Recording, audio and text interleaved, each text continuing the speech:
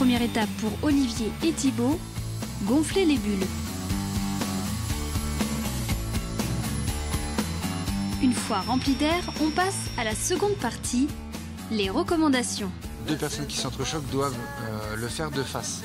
C'est-à-dire qu'il ne doit pas y avoir de choc de dos ou sur les côtés. Ça peut faire mal à la nuque ou au niveau des côtes. Donc par rapport à ça... Les joueurs sont enfin prêts pour une séance de Bubble Bump.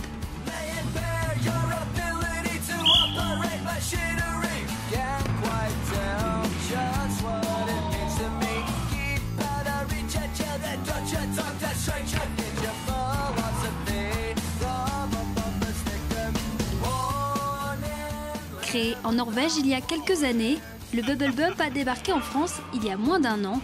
Un nouveau sport insolite qui s'appuie sur les mêmes règles que le foot. À une exception, une bulle recouvre la moitié du corps.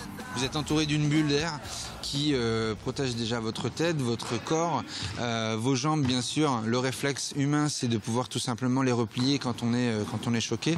Donc logiquement, si on respecte les 4 règles demandées, on se fait pas mal. On peut faire du 3 contre 3, on peut faire du 4 contre 4 ou du 5 contre 5, mais tout dépend du dynamisme des gens. 3 contre 3, ce sera plutôt familial. 4 contre 4 plutôt dynamique et 5 contre 5 vraiment sportif. C'est vrai que sur des petits terrains comme ça, c'est le maximum 4 contre 4. S'amuser, mais en suivant tout de même quelques règles, comme ne pas bousculer une personne au sol, ou encore, après un but, le joueur doit le célébrer en faisant une roulade. Tout le concept autour de ce sport, de cette activité, dont la célébration est importante. Si on ne célèbre pas le but, il n'est pas validé. Un vrai match, ça peut durer 5 à 10 minutes. Nous aujourd'hui 5 minutes c'est forcément plus facile à supporter pour le client et c'est plus fun aussi. C'est pour tous les âges, tous les profils, qu'on soit sportif ou non, qu'on soit une femme ou un homme. On a beaucoup de femmes aussi qui viennent jouer. C'est un sport qui est très apprécié parce qu'il ne faut pas forcément savoir jouer au foot pour jouer au Bubble Bump. Après plusieurs minutes à rouler et à s'entrechoquer sur le terrain, la fatigue commence à se faire sentir. C'est très difficile de jouer au foot normal.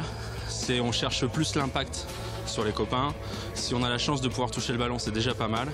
En tout cas, c'est la première fois que j'y joue, donc c'est l'impression que j'ai eue. Je me suis fait un peu avoir sur les premiers coups. Voilà, j'aimerais bien rendre l'appareil sur la deuxième partie. Le Bubble Bump continue de se développer et peut se pratiquer dans une dizaine de villes en France. Avant la Vendée, Olivier et Thibaut ont déjà apporté le concept à Nantes.